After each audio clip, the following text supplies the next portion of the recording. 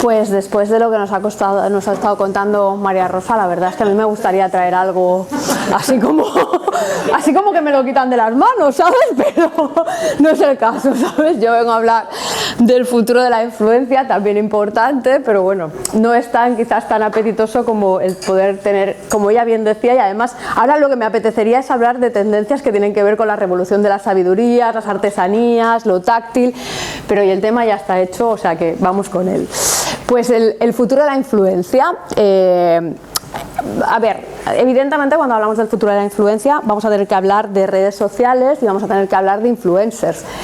Pero también vamos a abordar otros aspectos alrededor de ello más grandes que tienen que ver pues por cómo evolucionan los fenómenos, cualquier tipo de fenómeno. La influencia en sí mismo, que ahora veremos lo que es un fenómeno social, al igual que es la moda, al igual que es el turismo, al igual que es la salud y el bienestar, y es muy necesario estar observándolo desde aspectos mucho más amplios.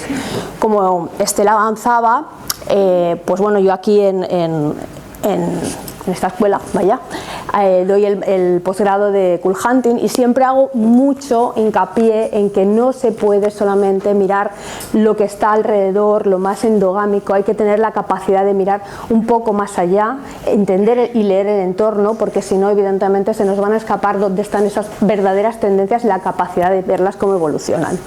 De hecho, lo que os voy a enseñar es un pequeño extracto de un informe real, ¿vale? Trabajado recientemente y que nos va a dar un poquito la perspectiva no solamente del contenido, sino de entender cómo se analizan las tendencias.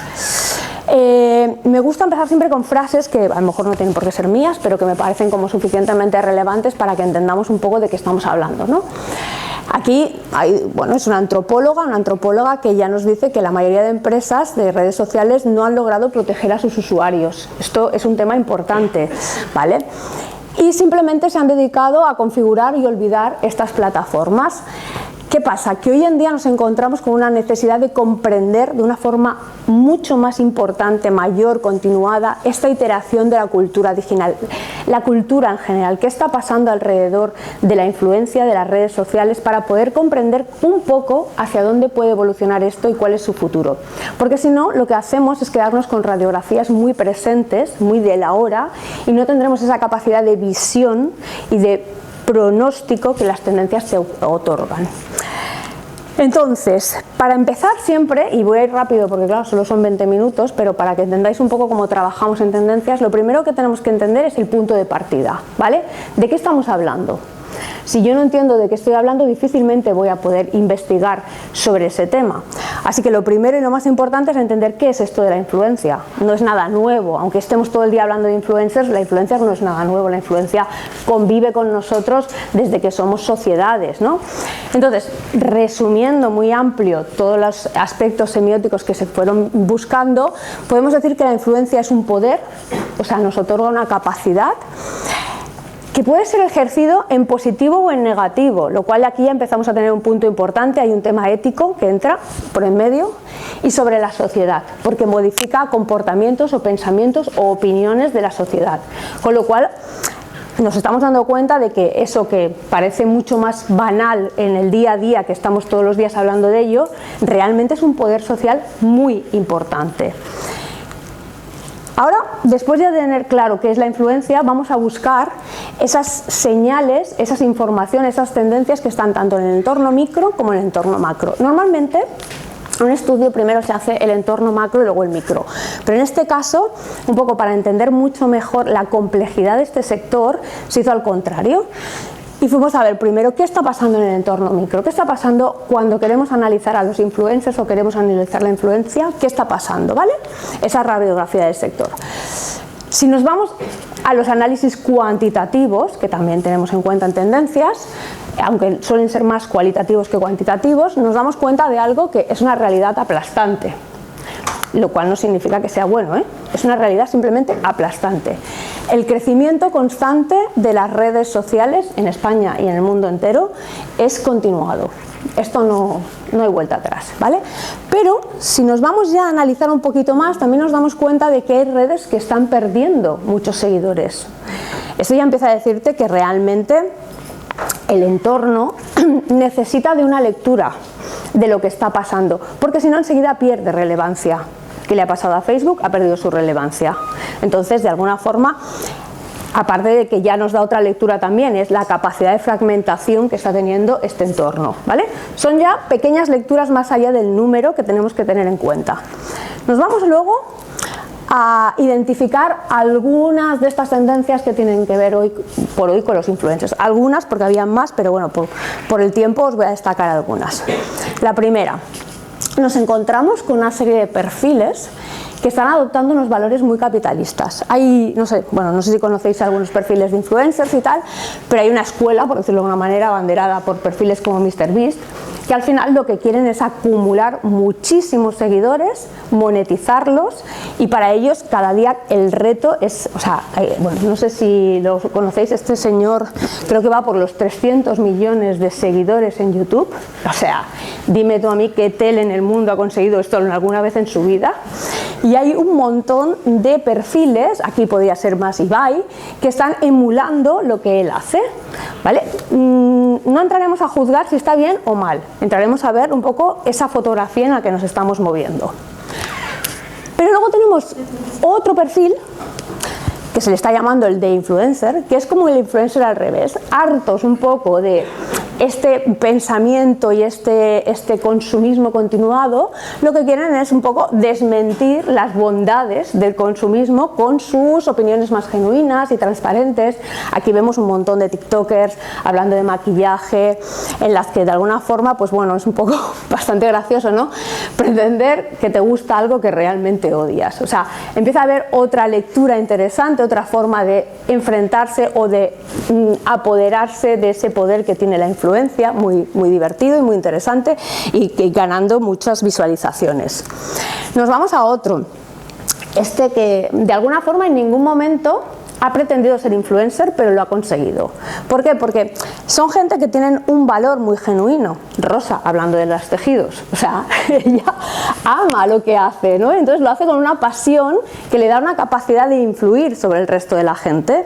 Y aquí nos podemos encontrar, por ejemplo, los booktubers, que son cada vez un movimiento que crece más y que está acumulando muchísima gente, o gente que habla de sostenibilidad, o redes o plataformas que están empezando a darle visibilidad a ese tipo de, que se llama la passion economy, la gente que vive de su pasión, como son Patreon, o gente, como comentábamos, que a lo mejor empieza a hablar pues de sus propios artesanías, de sus cosas, o sea, y que consiguen crear comunidades y crear influencia alrededor de tus pasiones.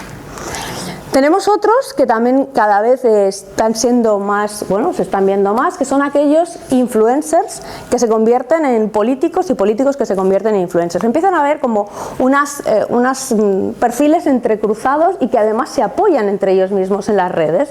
Y es bastante interesante porque al final esta gente empieza a tener un gran poder en la decisión de voto de la gente. Y bueno, no sé, por ponernos un caso que todos hemos vivido, o bueno, la mayoría hemos vivido recientemente, fue el caso de Inés Hernán en los Goya.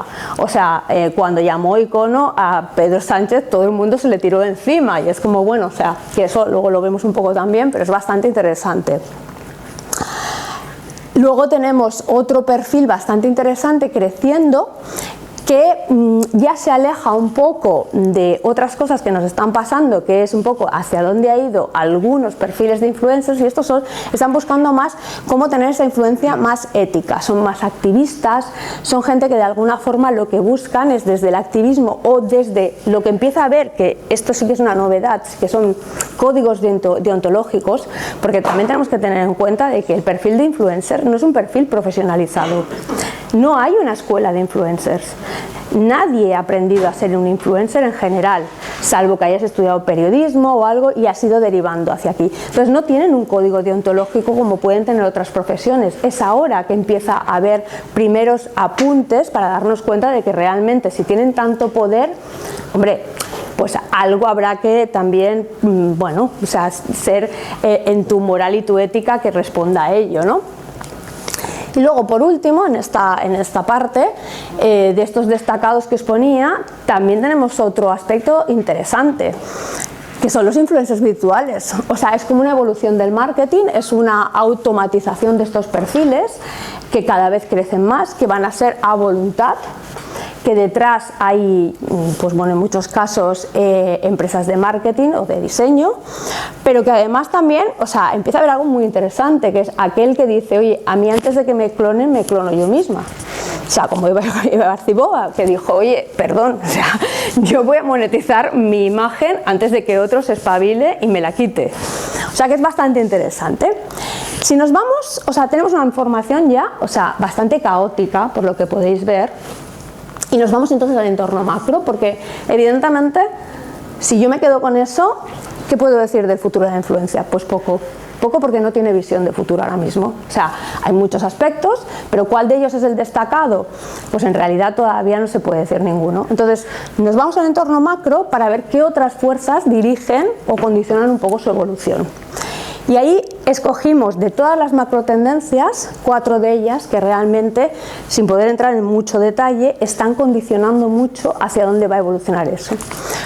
Por un lado, la identidad. La identidad, si cabe, siempre ha sido algo complejo de construirse, sobre todo en edades jóvenes, ¿no? Contra más jóvenes eres, pues bueno, todavía te cuesta definirla, ¿no? Hoy por hoy, si cabe, es muchísimo más complejo. Perdón, cuidado. ¿Por qué? Porque hay muchísimos canales por los que trabajarlas. Porque edificar una identidad hoy en día tiene una complejidad extrema con las redes sociales. Y porque además ya no, ellos no quieren, o sea, la gente joven, contra más joven, quiere expresarse libremente, ya lo estamos viendo, ¿no? Y no siguen ninguna tendencias, ni siquiera las de la moda. En general, cada vez se siguen menos tendencias como dictaduras, ¿vale? De moda, que luego, si hablamos de tendencias sociales, es otro aspecto, son diferentes, ¿vale? Entonces, aquí vamos viendo cómo realmente esa necesidad de autoexpresión está llevando a que, bueno, pues se generen este tipo de, por ejemplo, lo que decíamos, ¿no? Los influencers más genuinos, ¿no? Expresarme con lo que yo quiero. O, por ejemplo, el hecho de tener historias, en vez de, ya no buscan tanto consumir historias, sino lo que quieren es crear historias propias, narrativas propias, o sea, que me hagan distintos, que me hagan diferente. Es muy curioso porque, o sea, y esto lo identificamos en otro informe que hablábamos de la socialización en la generación Z. Era muy curioso darse cuenta como, por ejemplo, ahora mismo hay un tema, o sea, bastante, yo lo titulé así, me parecía como bastante curioso y graciosillo, era en plan marginados, complejos, raritos o políticamente incorrectos, welcome, ¿sabes? O sea, algo que antes no estaba tan bien visto, ahora sí. ¿Por qué? Pues porque no pasa nada, porque cada uno es como es y porque se expresa como quiere. Y si quieres expresarte siendo con una estética extraña, tienes todo el derecho, porque además, entre otras cosas, la moda ahora mismo está siendo un aspecto que vive mucho para dar esa evasión que necesitamos y ofrece muchos aspectos vinculados incluso al surrealismo. Entonces, uno mismo también quiere autoexpresarse así. Entonces, ahí tiene mucho que ver con la identidad y, evidentemente, con esa capacidad de generar ese tipo de influencers que están trabajando esto. Por otro lado, tenemos, evidentemente, como no, uno de los grandes temas, la salud, ¿no? La salud y el bienestar. La salud y el bienestar al final está absolutamente vinculado a las redes sociales, a la influencia, a los influencers, que queda poquito, ¿no? Pues voy rapidísimo, ¿vale? Entonces, solamente pongo un par de pinceladas. Las fake news, bueno, las fake news al final están buscando provocar ira, miedo y sorpresa. ¿Hay alguna de estas emociones buena? Ni una. Pero vamos, si nos vamos a ejemplos, supongo que habéis estado al caso de todo lo que está pasando, por ejemplo, con los moderadores en las redes sociales. O sea, es tremendo. O sea, yo entiendo que estas personas tienen que estar absolutamente devastadas de tener que ver según qué cosas que a lo mejor, o sea, en su momento ni se imaginaron, ¿no? O sea, ver un suicidio en directo tiene que ser horroroso, sin poder hacer absolutamente nada. Se nos ha ido de las manos, ¿no? Está claro. De otro lado tenemos también una tercera pata macro, que es evidentemente todo lo que tiene que ver con la digitalización. Es complejo, es largo, pero es entender que de alguna forma todo lo que tiene que ver con tecnologías digitales se ha convertido en una segunda capa digital en nuestras vidas que se nos hace cada vez más cómodo. En el punto de, bueno, un poco de lo que estamos hablando, aparte de las 1000 expresiones que hay, entender que al final todos estos algoritmos que se están haciendo, lo que están haciendo es construir una especie de Frankenstein digital que nos está dirigiendo. Por tanto, nos encontramos que al final lo que están haciendo es influir en la influencia. ¿A través de qué? Pues por ejemplo a través de influencers digitales. Este perfil que fue como muy sonado, Aitana, detrás había un equipo de diseñadores, community managers, project managers. Es muy curioso porque también lo que estamos haciendo y que no nos damos cuenta es que nos creemos todo lo que nos dicen, ¿vale? O sea, a pies juntillas, esta señora gana millones o gana, no sé cuánto decían, 3 o 5.000 euros al mes. Pues resulta que luego cuando empiezas a ver gente que la analiza, un poco el fact-check que evidentemente cada día es más importante, te das cuenta de que no hay ni una sola marca que la mencione, ella no menciona, a las marcas que mencionan no la retuitean ni la repostean, por lo tanto ahí hay algo raro.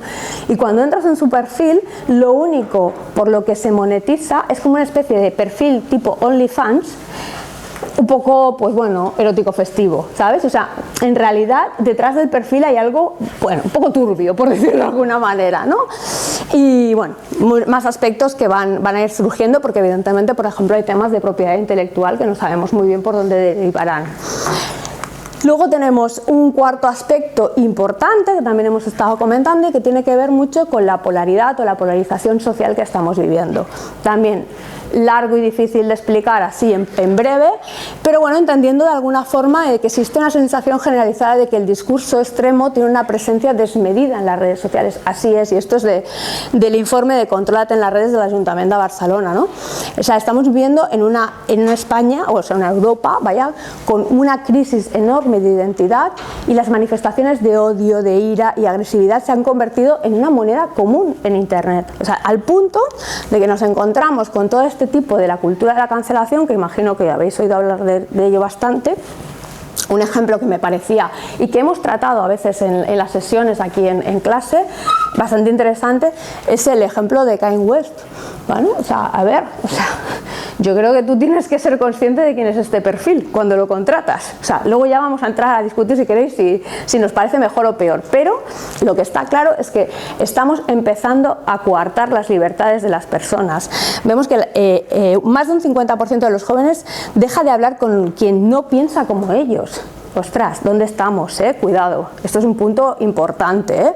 O si tú ves este TikTok que hablan con diferentes influencers de si tienen miedo a ser cancelados, en realidad hay mucho miedo a este tema. Entonces dices, bueno, o sea, resulta que yo tengo un altavoz, pero no lo puedo utilizar con libertad porque tengo miedo de que la gente me cancele. Cuidado, que es un tema importante.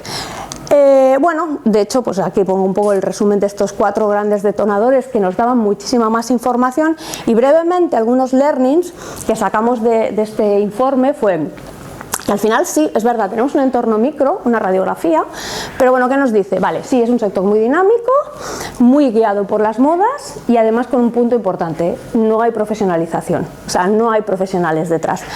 Pero en el macro lo que identificamos fueron muchísimas alertas que son iteraciones que vamos a ir viviendo, que tienen que ver con el caos, las malas praxis, falta de ética, falta de normativas, derivadas de incremento de problemas de salud mental, libertad de expresión que se está prohibiendo, clones digitales. Por lo tanto, si nos vamos un poquito al principio y hacemos la lectura final, es, ok, sí, tenemos un sector que está creciendo numéricamente de una forma importante, pero eso no significa que sea bueno. Está creciendo de una forma que a lo mejor no nos lleva a lo que se dice en los futuros positivos, por lo tanto su evolución cualitativa y sus tendencias están presentando grandes escollos, pero esos escollos también son retos y son oportunidades. Y si recupero el principio de todo, cuando decíamos que al final es un poder positivo o negativo de la sociedad, podemos llegar a decir algo que es una verdad, y es que la influencia es un gran poder para mejorar el futuro. Y creo que es ahí, en el punto en el que tenemos que estar mirando en cuál es el futuro de la influencia. El sector tiene una gran oportunidad. Ahora ya, como digo yo, como decía Rosa, yo lo dejo aquí, esta es la parte que yo dejo como mi mensaje. Y para acabar, pues bueno, hablando de tendencias, os dejo simplemente 3 pequeñitas titulares de para qué nos sirven, ¿no? Al final las tendencias nos sirven para inspirar en toda la parte de ideación, diseño y estrategia, en los sectores de moda, pero en cualquier otro sector también, para generar contenidos, lo cual es muy importante, evidentemente, generar storytelling, curadurías, observatorio, con la capacidad de adaptación e innovación que eso nos da. Y mi frase final, que siempre me gusta, es: las tendencias son un atajo para la innovación y una herramienta para contribuir al futuro. Y muchas gracias.